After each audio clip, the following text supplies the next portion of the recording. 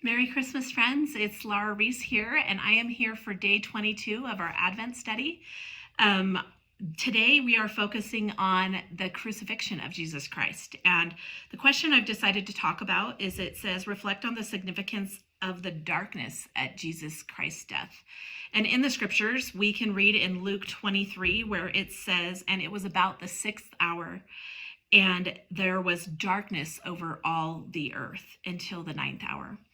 And as I think about this experience for them, I thought about an experience I had with darkness.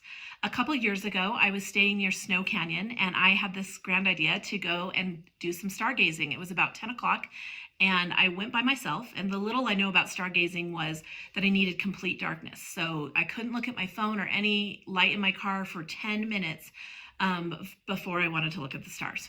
So as I got to the spot that I was going to do this at, I got out of my car and I became completely overwhelmed by how dark it was. I could not see my hand in front of my face. And it almost felt like a physical negative presence. I became so terrified. I couldn't stand there. I had no idea where I was anymore. Everything felt really scary, and I could not focus on the stars or looking at anything. And so pretty quickly I packed it up, took a quick picture of the stars, and went back home. The next day, we ended up being back at that same spot, and it happened to be a hiking trail. And I realized, oh my gosh, this is where I was yesterday, and it was 10 steps from that beautiful mountain view, and all these familiar things, and just a beautiful part of Snow Canyon that I was really familiar with. But when I was in that darkness, I couldn't see any of that. And it just taught me something, that when we are in spiritual darkness or physical darkness, we can't see things. We are stuck, that we can't see things around us, and it can affect our perspective. It can affect our feelings. And I just got this witness that when we're in darkness, that if we just allow a little bit of light, like when I turned on my cell phone, when I turned on my headlights, suddenly everything felt safer. Suddenly I could see stuff around me.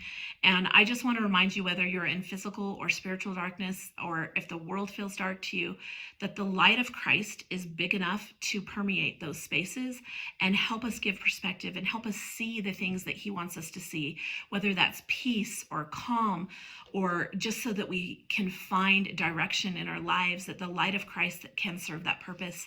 I've been so grateful for this study that has focused on his light. I have noticed it in the Christmas lights, in so many things drawing me to Christ this season. That at the end of that day, I showed the picture of the constellation, the sky I had taken a picture of. My dad said that I had taken a picture of Orion, and I didn't know it. And so that also reminded me that if you're in darkness, that somebody else can help you sometimes see things that you can't see.